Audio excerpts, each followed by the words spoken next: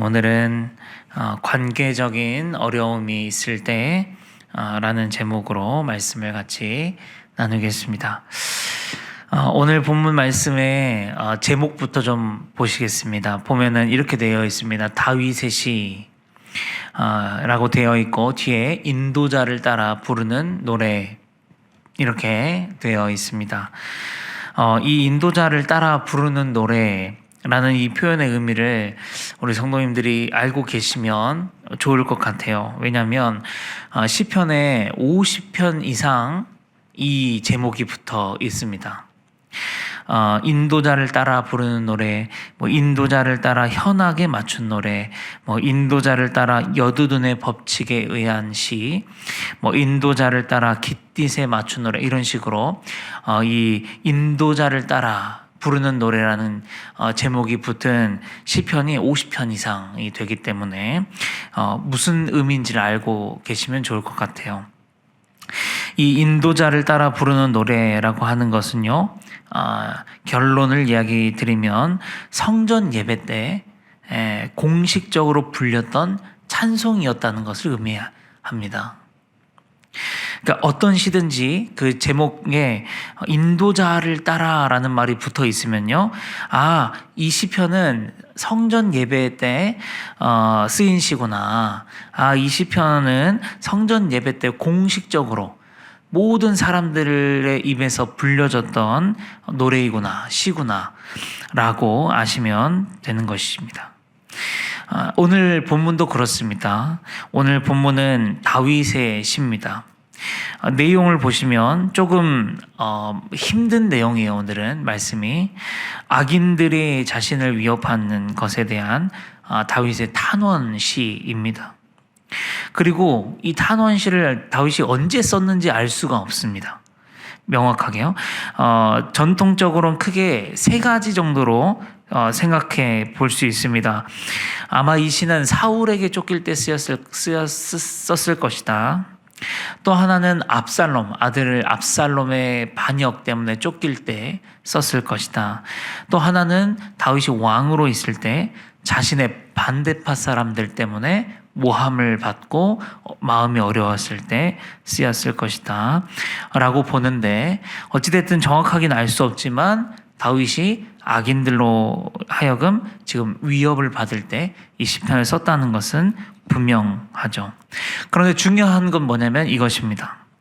다윗이 개인적으로 힘들 때 썼던 이 개인시 또는 개인 찬송과 기도가 그냥 개인의 것으로만 끝나지 않고 공식 찬송으로 정리되어서 예배 때 불려졌다는 것이죠.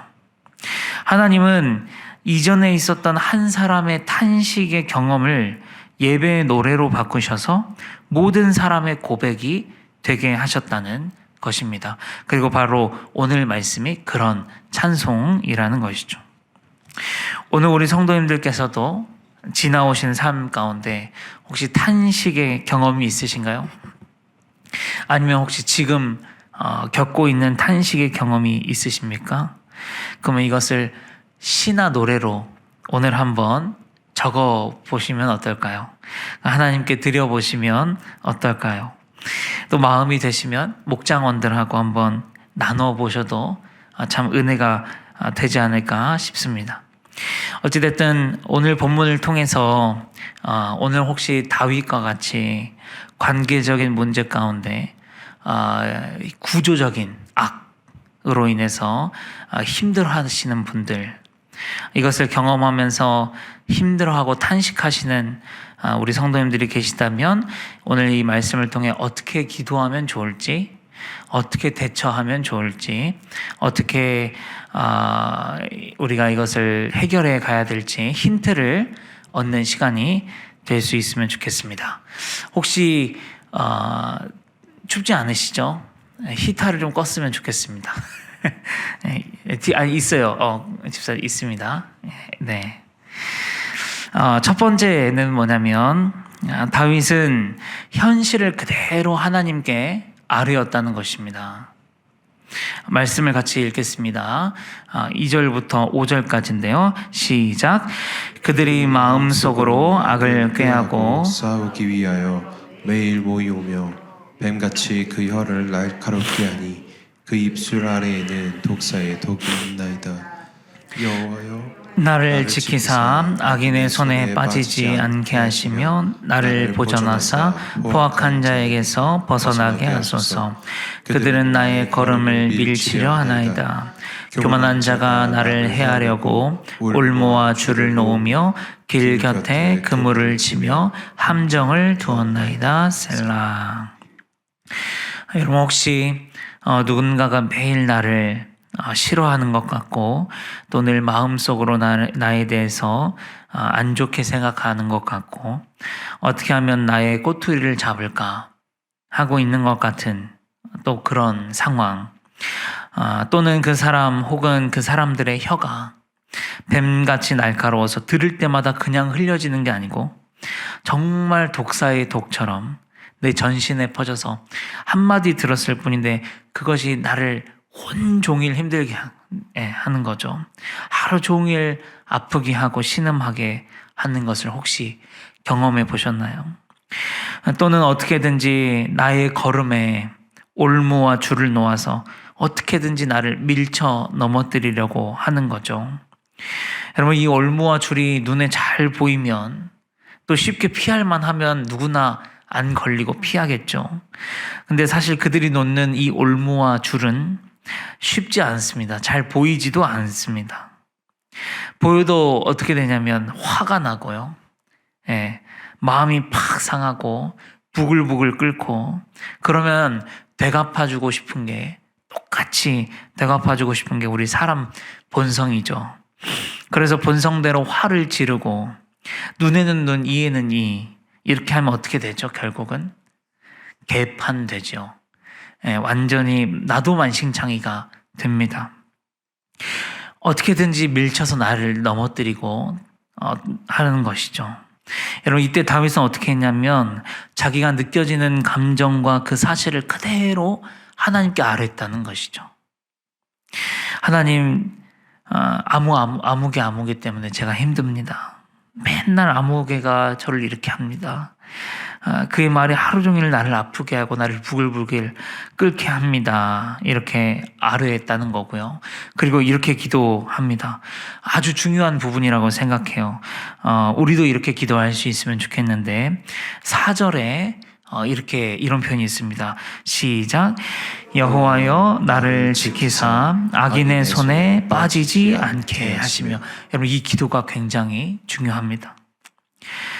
이렇게 기도해야 돼요. 여호와여, 저를 지켜주소서. 제 마음과 제 생각과 저의 입술을 지켜주소서. 그래서 절대로 악인이 원하는 대로 행동하지 않도록, 악인이 원하는 대로 말해버리지 않도록 나를 지켜주시옵소서. 절대로 악인이 원하는 자리에 내가 빠지지 않을 수 있도록 주님 나를 지켜주소서 하고, 나도 조심하고 나도 잘 지켜야 되는 거죠. 여러분, 이 악인이 원하는 자리가 뭘까요? 결국 나에 대한 파멸이죠. 내가 혈기를 부리는 거예요. 내가 참지 못하고 말을 내뱉는 것이고, 내가 충동적으로 행동하게 하는 거죠.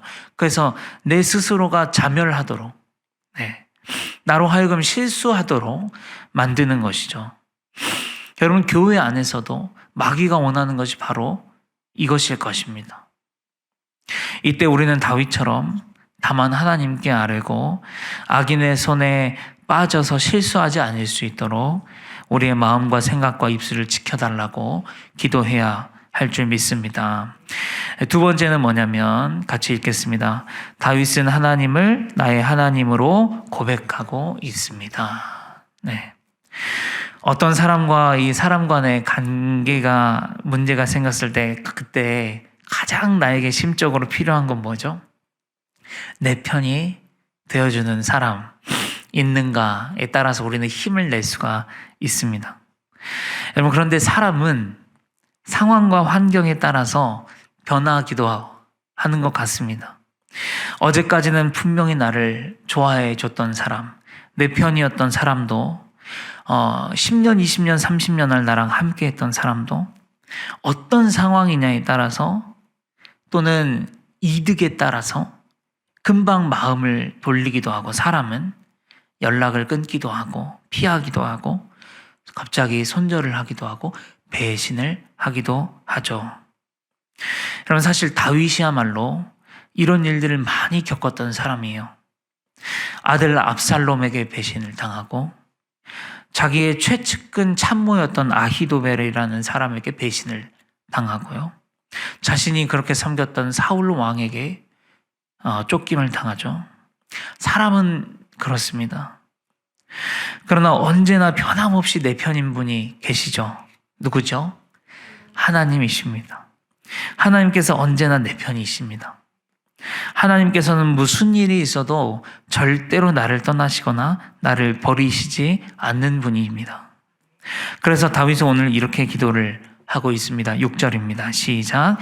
내가 여호와께 말하기를 주는 나의 하나님이시니 여호와여 나의 간구하는 소리에 귀를 기울이소서 하였나이다. 네, 늘 하나님이 우리 편이 내 편이시기 때문에 하나님께 나아가서 우리가 기도하고 아뢰고 간구할 수 있는 것이죠. 여러분 우리도 다윗처럼 이렇게 기도하면 좋겠어요. 어려운 상황들이 있을 때, 관계적으로 어려울 때, 사람을 믿지 못할 때 주님, 나의 주님, 나의 하나님께 이렇게 기도할 수 있으면 좋겠습니다. 자, 그런데요, 이 부분에 사실 굉장히 곤란스러운 부분이 한 부분이 있습니다.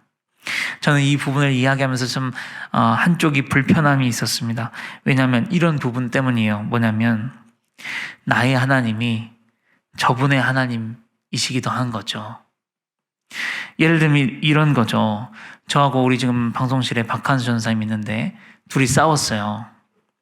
사이가 안 좋아요. 그리고 또 어떤 성도님들끼리 서로 싸웠어요. 사이가 안 좋아요. 그러면은 저도 기도하겠죠. 저희 하나님께. 근데 우리 전사님도 나의 하나님께 기도하실 거 아니에요. 똑같은 하나님 아닙니까? 막 이렇게 기도하겠죠. 주님, 저 성도님이요. 글쎄요. 저한테 이랬어요. 그것도 성도님은 또 그렇게 기도하실 거 아니에요. 주님, 저 목사님이 어떻게 나한테 그럴 수가 있어요. 제 마음이 너무 상하네요. 여러분 이렇게 기도할 수 있는 거잖아요. 이쪽에서도 하나님이 제 편이시고요. 저쪽에서도 하나님은 자기 편인 거죠. 자, 그럼 어떻게 해야 될까요? 하나님은 누구의 편을 들어야 될까요?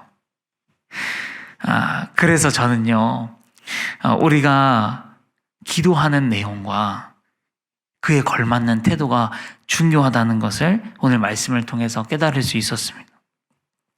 그냥 무작정 하나님 내 편 들어주세요. 내가 잘못했어도 무조건 하나님 내 편이에요. 내 손 들어주세요. 묻지도 말고 따지지도 마세요.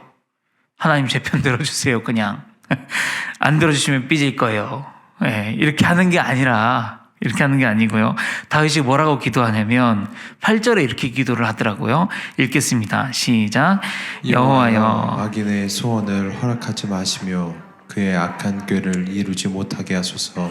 그들이 스스로 높일까 하나이다. 셀라. 네, 여러분 이 기도를 하고 있는 다윗을 한번 상상해 보세요.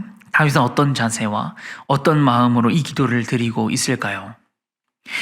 적어도 다윗이 이렇게 기도한다는 건 뭐냐면 자신은 악한 꾀를 부리지 않는다는 거죠. 여러분 이 부분이 저는 너무나 중요한 것 같아요. 나도 악한 꾀와 덫을 잔뜩 깔아놓고 나도 되게 못되게 막 이렇게 여기저기 이렇게 들쑤셔 놓고 주님 저 사람들의 악한 꾀를 이루지 못하게 해달라고 기도하는 것이 아니에요. 나는 일체 하나님 앞에 죄를 짓지 않고 나는 일체 하나님 앞에서 악한 꾀를 부리지 않는 거죠. 눈에는 눈, 이에는 이 하지 않는 거죠. 너는 그랬냐? 응 그래라. 나는 그러지 않겠다. 때로는 억울하고 우라통이 터져도 하나님 앞에 악함이 없이 정직하게 있을 때 할 수 있는 기도가 방금 이 기도인 거죠. 그러고 보니 다윗이 사울 때문에 엄청 쫓겨다닐 때가 생각이 나요. 어땠어요? 본인도 때로는 이해가 안 가고 짜증나고 분명히 화도 나고 도대체 저 사울 왕이 질투심에 나를 이렇게까지 하나 어렵지 않았겠어요? 마음만 먹으면 다윗에게도 사울을 죽일 수 있는 기회가 있었죠.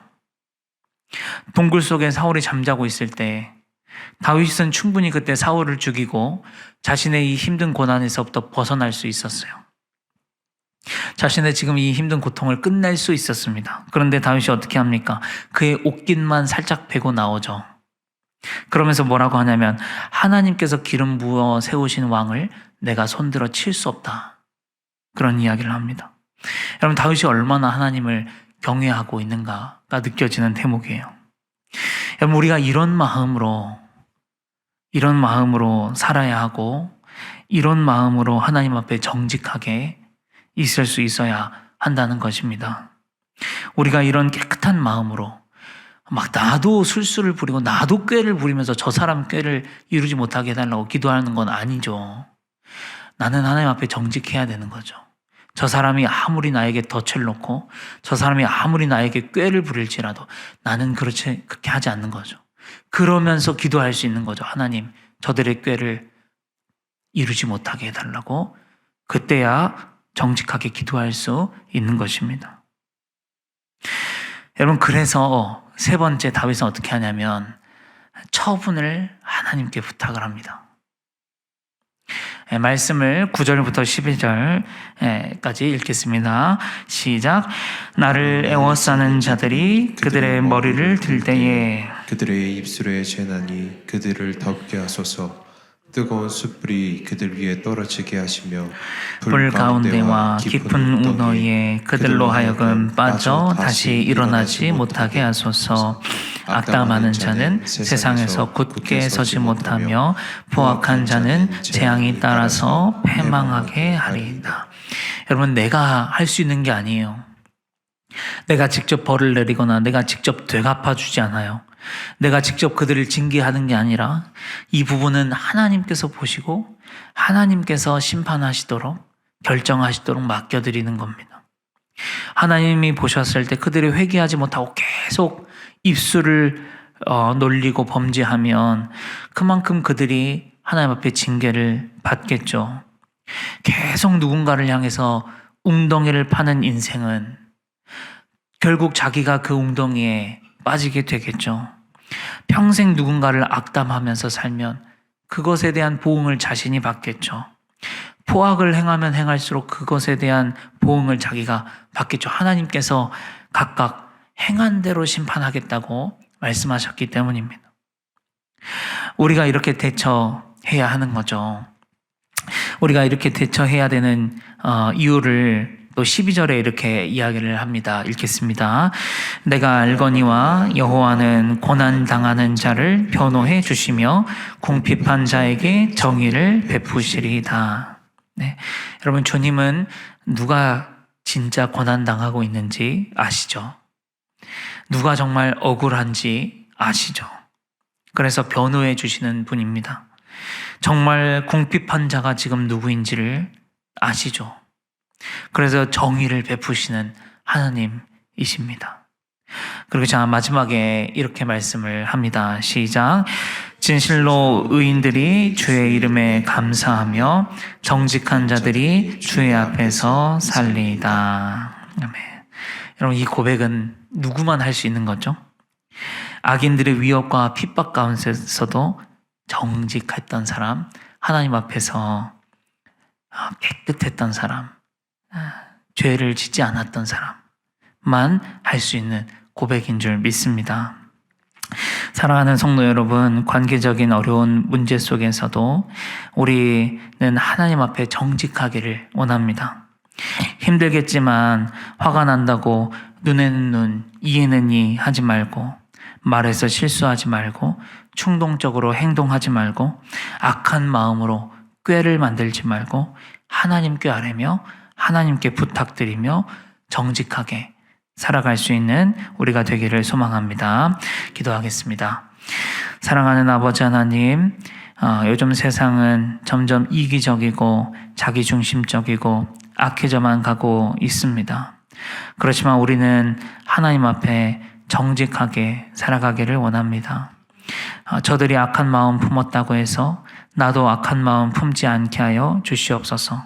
저들이 나에게 덫을 놓고 저들이 나를 모함하고 저들이 나를 꾀한다고 해도 나는 그렇게 하지 않게 하여 주시옵소서. 하나님 앞에 늘 정직하고 온전하고 순수한 마음으로 살아가는 멋있는 신앙인들이 될 수 있도록 아버지 인도하여 주시옵소서. 예수 그리스도의 이름으로 감사하며 기도합니다. 아멘.